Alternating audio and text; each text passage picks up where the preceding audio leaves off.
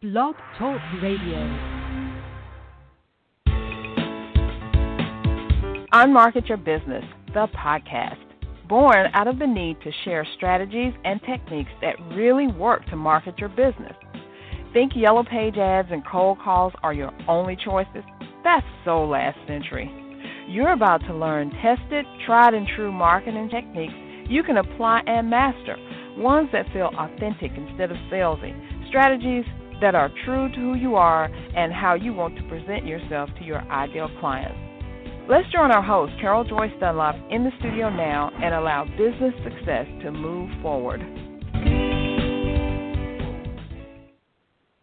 Hey, good afternoon, everyone. This is Carol J. Dunlop, your online wow strategist and #1 best-selling international author. How are you doing today? I am doing awesome. I'm happy to be here. And first of all, I wanted to apologize to you because I did not realize that my sound was cray-cray for the last 3 episodes, I think, until I had Lennis Woods Mullins on last week, and she just happened to say, Carol, I'm having an issue hearing you, and I thought I had taken care of it. But just to let you know, technology. I had switched computers, and I thought I'd taken care of all the settings, but obviously I did not.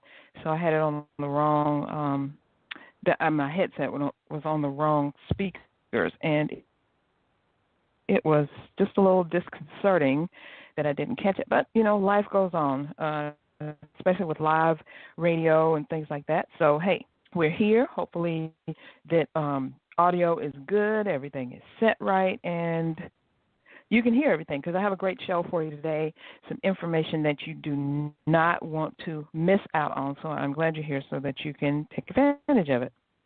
So this is the first day of February. This is my birthday month. I turned 56 in just a few days on February 6th, actually. I'm so excited about that. That means I'm 4 years away from being 60. And I'm hot off of 60, I must say. That's my goal. But, I'm slipping on to that other side of the half-century mark. Isn't that weird when you get to that part and you're like, oh, my God, I lived this long? But I don't feel like it's this long. I have so much more life left to live, and I'm ready to live it, and I hope you are too. And I'm going to help you do that because I want to help you make your business successful. I know in the last year, in 2017, my motto was how to help you have a successful business. And I think I really, stayed true to that. I'm going to continue that this year. But I'm looking at a lot of different things that are happening with people, of a certain age, of my age, around my age. There's a local disc jockey and radio professional in our area, Ryan Cameron, who's been on the radio for, I think, over 20 plus years. And my husband actually knew him when he was just an intern at the station, and he just announced that he is leaving, the radio station. He's going to another company, this branding company or something. And I was really like, wow, really, he's leaving? I mean, he has been a fixture in Atlanta for so long and doing so many things. I mean, he's the MC of the Hawks, the local Hawks game. He does a lot of great things in the community. He has a couple of charities and stuff, but he's leaving that big spotlight. So it just lets me know that, people are making changes in their life, especially, if you've been doing something for 20 years, it may be time to make a change. You may feel like, hey, I need to make a change in my life. This experience that I have, I can use it somewhere else for, the betterment of my life and other people's lives, because as you get older, also it becomes less about yourself, and more about the people around you and that experience, that life experience that you can help others live. So that's what I'm in here for. I'm here to help you live a better life using your business to fund your lifestyle, because that's certainly what I want to do. I don't like really being an employee, but I'm not against being like a temporary or a contract or something like that. Sometimes you got to get some extra money in, or sometimes you may want to do a big advertising gig. You need some extra funds that aren't really coming in, so you kind of make that sacrifice and do some things, and then you come back. You just always keep your big dream right in front of you so that you know exactly what you're doing. You never fall off track. Even if you have to go get something, a little stint for a minute or so, and you come back, you keep that big dream in place, because you won't always have to do that. I've been reminded by a couple of my friends that 2018 is the year. It's our year. This is the year that we're going to make things happen. This is the year that we're going to do what we've been wanting to do for so long, and we're going to do it right. And I am right along with them, and I hope you're right along with me. So we're going to take our experience and put it to use in the best way that we can, and I am here to help you with that. So that's why I appropriately entitled this episode, Experience Wins Every Time. And it's been brought home by a lot of different things that have happened recently that I've seen, and a couple of stories that I want to share with you. One of them, now, I don't know if you know this, maybe I've never told you, but I am a big MMA fan. Love MMA, love watching it. I really get into it when they're like beating down each other, and sometimes it gets a little bloody, but hey, who knows? That's just, I like watching it. It's kind of crazy. I like watching, the UFC. I like watching, I think it's LAF, a couple of the other organizations, and how they bring these new fighters on, and you can see the ones that are green and don't know quite what they're doing go against the ones who are more experienced. And that's what happened recently in one of the bouts. I don't know all the names, but the story is more important than anything. So anyway, this last fight that I watched, there was the number one contender going up against the champ, and I think there were middle heavyweights. And when they showed the number one contender, I mean, he was huge, like 6'3" or 4", and he was just a big dude. I mean, and they showed his highlights, and he just knocked people out with one fist. He reminded me of Mike Tyson a lot, because he finished off people in the first round, barely into the first round. He was finishing off folks. And so then they showed the champ, and the champ was, he in his rights, to be a champ, you got to beat down a lot of people yourself. So he looked good too, but he just didn't look good enough. I don't know, kind of go up against that other guy that was just so like, I'm gonna knock the crap out of him. and it just, when you looked at it, it didn't quite look like a David and Goliath thing, but it just looked like the champ had his work set out for him. And I remember the champ saying, hey, you're gonna have to come hard to beat me because I'm here to stay. And so I'm like, okay. So they start the fight. And the first round was kind of, I don't know, it's kind of shaky. You kind of think that the champ is going to go down, but something happened, I think, toward the end of the first round and into the second round. The champ figured out the weakness of the number one contender. And to make a long story short, what happened was the champ figured out that the contender was not really that good when it came to being going down to the ground and grappling. And so he just kept him down on the ground. He just laid on him. He did things so the dude couldn't move. He couldn't get up, and so he was able to stay out of his reach and let him regain his power so he could hit him. And he did that for the full 5 rounds, and the champ wound up winning. And at the very end, the contender was so tired, exhausted. I mean, he couldn't even throw the punch. He couldn't even throw his hand, let alone a punch.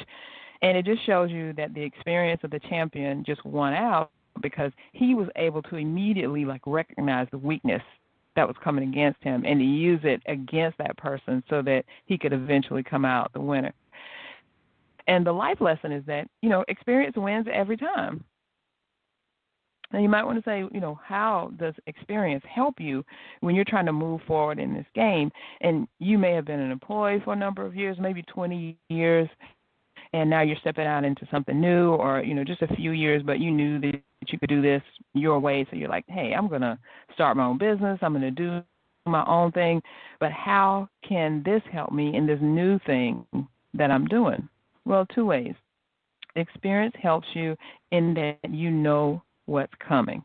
Even if you're just starting out in your new venture, but you've got the experience of having been an employee or working for other people, or even maybe your own company that you work for, and you actually are changing and going in a new direction, you kind of know what's coming. You know that things don't stay bad forever. They don't stay good for that long, and you kind of ride the waves, when you see the signs and things like that, so you can kind of adjust. And that's the second thing. You know how to adjust, because experience shows you, hey, like I said, it doesn't stay bad forever or good forever. So you're going to know what to look for and when to adjust things so you can figure out kind of what's coming next. I mean, no successful company operates on a plan by the seat of your pants thing. That only works for a very little short time. And then you have to sit down and you have to see, well, I did this way at this time. if I do it this way at another time, will that work? You experiment, you see, you readjust, you put it back out there. And you can't operate on the thing of analysis paralysis. Always analyze, always, wanting to be perfect and trying to put stuff out there, but you're holding back, you're scared. You don't want to put things out there and they're like not good enough. Just like me. I mean, I had to change my computer system. I didn't wasn't aware that the settings weren't the same on the microphone, and so I put out a couple of episodes that really, if I had known or if I could do them again, I would. But if I do them again, the guest won't be there, the energy won't be there. So hey, you kind of move on. You say, hey, I'm sorry, and you move on. You learn and you go forward. I fixed it, and now I'm moving forward. So there was another thing that happened yesterday. I attended a meeting from ProWin, the women's networking group that I am VP of Marketing and Strategic Partnerships of. And our guest was Crystal Davis, and she brought up something a really good, I guess, subject, and that was how to be disruptive in both the leadership in a company and in entrepreneurship. And not disruptive in a bad way, because my nickname is Carol the Disruptor, and that's not a bad thing. It's a way of just, I guess, using what's there to make it better. Number two disruptors that are going on in the marketplace right now. Let's look at Uber, and then we talk about Amazon. Uber disrupted the whole marketplace of the transportation thing and taxis. It'll never be the same now because of Uber. Because Uber, which I think Lyft might have come first, but we have Uber, we have Lyft, we have other rideshare companies that, used to be the only thing you could do is you take a bus or you get a taxi, and now you have choices, and they're not really that expensive. They're very affordable, and you just have to look at how you can do it. You can get dropped from one place to the other. Hey, never be the same. Look at Amazon, and Amazon in reference to publishing a book.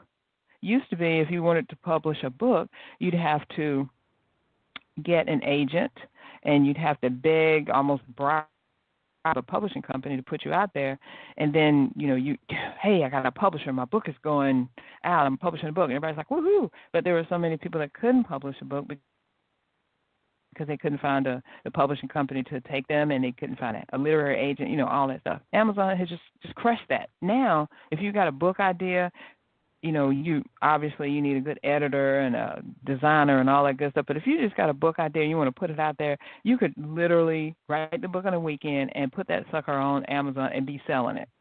Yes, you will have to go back and, tweak it. But if your idea is great, people are going to buy it.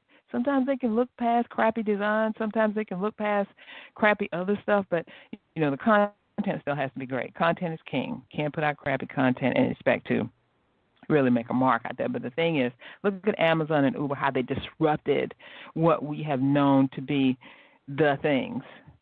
And so you have to look, I do that. I do that all the time. I am, like I said, 56 years old, so I am a baby boomer, but I feel like I'm a millennial in how I think and how I embrace technology and how I'm not afraid of it, and how, if you look at it, millennials don't know any more than we do. They just grew up with the technology. So obviously they're going to be comfortable with it. And some of them are the ones who created the technology because of what they knew. But don't discount the baby boomers. A lot of the baby boomers and Gen Xers, they're the ones who created the technologies that we're like, oh, my God, I don't know if I can use that. So look at yourself. How are you disrupting your own market space? Not just a marketplace, but the market space. How are you disrupting that? Now, I am an advocate for entrepreneurs and working for yourself, but there are lots of people out there that are working a job right now who want to excel in that job in their career, and more power to you. I'm not one of those people. I am excelling in my own power and working for myself, and there's nothing wrong with that, and we can all coexist. It's just the difference between a stay-at-home mom and a working mom. We can all coexist because I've been both. On both sides of it, I've stayed home with my kids, and I've worked for a living. I'd rather be working. That's just me. Have nothing against the stay-at-home moms. So how are you disrupting, what's going on in your market space? Whether you're trying to stay ahead of things with your clients and tell them, hey, you need to do this. And sometimes it's really, really not that hard, because a lot of times, depending on your ideal perfect client, they're just a couple of steps behind you, and they're looking for you because they want someone to tell them what to do in this instance or that instance, or how to make this easier, how to do that. So if you come up to someone and you say, hey, for instance, when I was at the Pro-Win meeting yesterday and we were sitting having the table topic, it was how to keep yourself relevant in the next 3 to 5 years. Of course, me, technology and all that, my thing is to do live streaming and videos, put them together, and just keep doing videos, keep doing live streaming, keep putting myself out there. And the other people at the table were like, oh, my God, that's what I need to do. I want to do that, but it's so confusing. So I was a big fish in a little pond. I was the disruptor. I wasn't the one who said, I need to do these things. I wish I knew how to do these things. I need to find someone to help me do these things. I was the one who said, I can help you do these things. And that was a darn good feeling, I have to tell you. So you have to be not afraid to put yourself out there, not afraid to disrupt, not afraid to learn new things, to do new things, to put stuff out there, to see how it works, to take a step back, look at it, adjust, analyze, and then put it out there again. So as I promised you, how are you going to find this experience? How are you going to get this experience? Even if you've been working for a long time, but now you're working for yourself, or you've been in business for yourself for a long time, when you're trying to put some new strategies in place. How are you going to find the experience that's going to help you do what you need to do? I got 3 ways for you. Number one, and my number one way of finding leaders and influencers is Facebook groups. April Franks Hunt is one of my number one mentors, leaders, influencers that I follow and see what she's doing. I'm very nosy. I want to know what she's about. I'm either following her Facebook Lives, I'm on her list, I'm in her group. So, hey, I want to know what she's up to. And not only do I want to know what she's up to, I want to know who she's partnering with and the kinds of things that she's doing. She's very transparent, very open. She's crazy. I love seeing the crazy, stupid things she does, but she is all about business and making money. So I definitely can learn from that. So Facebook groups, they help you to figure out who the influencers are, figure out who the leaders are that you want to follow and emulate, and they help you keep on top of things. Because in order for them to stay on top, they always got to be bringing new things in place. Because if they get, old and dusty, people aren't going to follow them anyway. So they're always keeping up with the times. They're always keeping in the know. That's their job, to figure out what are the new things and new ways that I can help my people succeed. And why is that? Because when my people succeed, I succeed. And when I succeed, my people succeed. So it's just a never-ending win-win for everybody. The second thing is networking. And I'm talking about, of course, you can online networking like Facebook groups and communities and stuff, but I'm talking about in-person networking. So this year I added a new group to my repertoire, and that is Atlanta Women's Networking Group, AWN, and I am actually a sponsor, which actually I can participate on the board and see the direction in which this group is going. Now, AWN and ProWin have been in strategic partnerships for a while, but this is the first time I'm actually gaining an inside knowledge of how they do things and how different their thought patterns are and how different they approach things than ProWin does. And neither is right or wrong. They're just different. And I think balancing out those differences is going to make me a much better leader and in being able to bring things to you and to show you how to excel in your business, because I'm going to use those ideas to excel in my business. Because just think now, I've got a couple hundred women who look at me, maybe more, but who look at me as a leader and the go-to person for doing things, technology and, marketing and all this. And so now I have these women who are looking at me, and now I can direct them and say, hey, let's do so-and-so. And they're going to okay, maybe I'll try that, or no, I don't want that. But the difference is if I was just a regular ordinary person saying, let me do this, they'd be like, what makes you think that you have this key? What makes you think that you can say this? But now, I'm in a position of leadership in 2 different groups, and I'm like, yeah, let's do it. So I love that. I love being in the spotlight anyway, and you may too. So anyway, getting, networking, and then not just networking in groups and meeting people and, handing them your business card and asking them what they do and what you do and stuff. I'm talking about really getting involved. I'm talking about being on the board. And I actually cover this in my book, Your Business, 10 Ways for Savvy Entrepreneurs to Stand Out, Stop Struggling, and Start Profiting, which is on Amazon, on Market Your Business. Go there and check it out. But I talk about this in Run for President. I think it's chapter 11. I have to look for sure because I don't have the book in front of me right now, and I don't remember every single thing. But I know in that one chapter, I talk about how to propel you and your business to success by being part of a group or a couple of different groups where you kind of move up the ladder from regular member to maybe sponsor to getting on a committee to leading the committee to higher levels of leadership, which may even lead to you being president of an organization.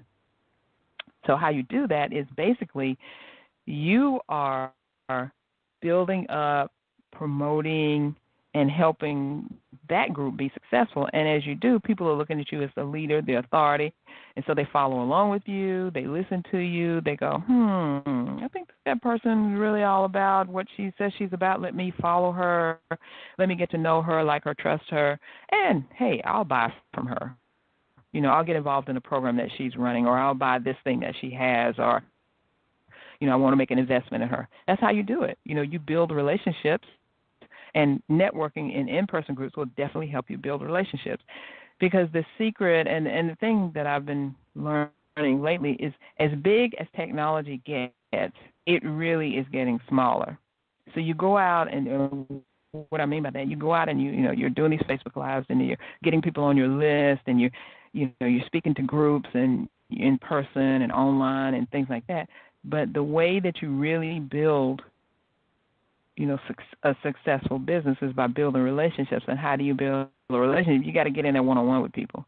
Even if you speak to a group of hundreds, the people will come up to you and, I love you and blah, blah, blah. But you get to know a few of them. You work with them. They raise their hand and get to be part of your programs. You get to know them, and then they become your advocates, and they're saying, hey, this person is great. Go out and, buy from her. Go get. If you want to know, how to do this person will tell you because she's awesome. So that's what it is. You're spreading your net kind of wide. You know who your ideal clients are, but you're spreading your net wide to catch all those ideal clients. You bring them into your fold. You nurture them with your emails that you send out and the social media posts you have and the knowledge that you send out to them. Then they in return buy from you, become a deeper part of your tribe and your inner circle, and then they get other people to buy from you. So that's kind of how all that works. And so that really brings up number 3: get up close and personal, one-on-one. So how do you find this? And these people have experience. They may be new to this thing or the other, but they have experience that you may need to use in your business. So to get up close and personal with them, that's number 3. That's how you find this experience you need. And you can do that in these three ways. This is how I do it. I have virtual coffees because I really love working, not in my pajamas, just in my regular, home clothes, sitting at my desk, working from there, and not getting dressed up and going out and meeting a bunch of people. I mean, I do that a couple of times a month, but I don't want to do it every day. So I have virtual coffees. And a virtual coffee could be a phone call, it could be a Zoom call, it could be a Skype call, it could be some other, two-way video conferencing or teleconferencing thing where you're talking with that person one-on-one. You're trying to see who they are, how they are, what they need, how you can help them, and what kind of synergies you guys have. So that's one thing that I do. The other thing is I am interested and selfless. I want to know how I can help them do what they do better. And I am selfless in sharing the information that I know with them. So let me say that again. I want to know how I can help them do what they do better. And I'm selfless in sharing the information. Because the thing is, I wrote the book, right? I got 10 chapters in there of strategies that will help you market your business successfully. So I was selfless in giving you that information. I told all my secrets, the things I do, how I do it, blah, blah, blah. You can go do it. But the thing is, you can't outgive to someone. You just can't. You can't give them everything, and I don't say that to say hold back. I'm saying that it's not possible for you to spill everything that's in your brain, because look how long it's taken you to learn whatever it is you know. To me, to get to this point where I am, it's taken me 56 years or 55 and a half years, 3/4 probably, to get to where I am. So I could not spill that and share every single, piece of experience I've gotten with someone and let them know it. It's bits at a time. And really, even if I did share all that, they wouldn't even take in all that because some of that experience doesn't even apply to them anyway. And the third thing is to send out helpful information. So when people get on your email list or there are influencers that you know or people that you would like to get to know, and you see maybe an article or a post or you heard about something that would be interesting to them, email it to them. Say, hey, I just thought about you. This is something that may help you out, and send them a quick email or send them a quick note. You can even do a snail mail. Oh, my God. Or maybe you do like a video. Hey, what's going on? I saw this thing, and I wanted to share it with you because it made me think about you. Who's sending video emails right now? No one. I mean, a video email that is especially addressed to one person, them. Hey, Sherry, how you doing? I'm so glad that we met, so-and-so, and I just wanted to share this with you. It could be like a minute, 2 minutes. Think how impressive that would be to someone you don't even know or just have met, and you really want to know them more, get more of what they have or their experience, or get on their radar, and you send them a video message. How cool would that be? So those are 3 things you can do to get up close and personal one-on-one with someone. You can do a virtual coffee, be interested and selfless in sharing your information, and send helpful information. Try the video thing and let me know how that goes. I've done that a couple times, and people really appreciate that. You know why? Because you had to stop what you were doing. You had to take time out of your busy day and schedule, and you dedicated, at least like 15 or 20 minutes to them. Even if the video was only 2 minutes, you had to set it up. You had to think about what you're going to say. You had to record it. You had to, put it up on YouTube or whatever and then send it to them. Isn't that awesome? I think that's totally awesome that, you would show someone that you had that much thought about them, that you would do that. So I want to do more of that in 2018. Maybe this whole month in February, the love month, sharing the love and things. I'll do more of that. So who knows? Let's do this. If you're listening to this right now, this is February 1st, and you have a question about any of the stuff that I've told you about experience, about Facebook groups, about something in my book, go to my website, csicorporation.com, and go to the contact page and just send me a question, and I will do a video and send you the answer. Now, if I have it already somewhere, I could just send it to you, but I will actually do a video and answer it that way and send it to you. That's my promise to you for this February. So, again, if you have a question about, any of my experience, how I can help you make your business successful, send me that question. Go to csicorporation.com and fill out the contact piece. Send it to me, and I will send you a video and answer your question and help you out as much as possible. That is my promise to you. So to get more of me and what I know, how I share it with you, on Mondays I do a Monday motivational video on YouTube, and then I have this show on Thursdays, on which, by the way, is now syndicated in 7 different places. You can find me on iHeartRadio, Stitcher, Spreaker, of course here on Blog Talk Radio, iTunes, SoundCloud, and TuneIn. So if you listen on any of those other places, the podcast is syndicated there. But let's see, on Thursdays at 11 a.m., I also do a training on our CSI Corporation Facebook page. So there's so many ways that you can get information that's in my head to you. So the best way to do it is go to csicorporation.com and /15 resource. Not 15 resource, 7/7-strategies. Let me say that again. csicorporation.com /7-strategies. That's 7 client getting strategies you can put into use right away. That will give you the ebook that I created, plus you'll get on my list and you'll be able to know about all these things that I'm doing. So until next time when we have Tracy Neely, she's going to come on and talk about the one thing that you must do in order to be successful. I'm so happy to have her come on and share that with us. I'll see you again. Have a great week, and see you next Thursday. Bye for now. Thanks for listening. We truly appreciate it. For information about guests, products, or services that were mentioned in this episode, log on to our website at www.csicorporation.com/unmarketing. To learn more, get a glimpse of our upcoming schedule, and join the unmarketing nation of entrepreneurs who are using marketing techniques that work right now. Until next time, keep moving forward.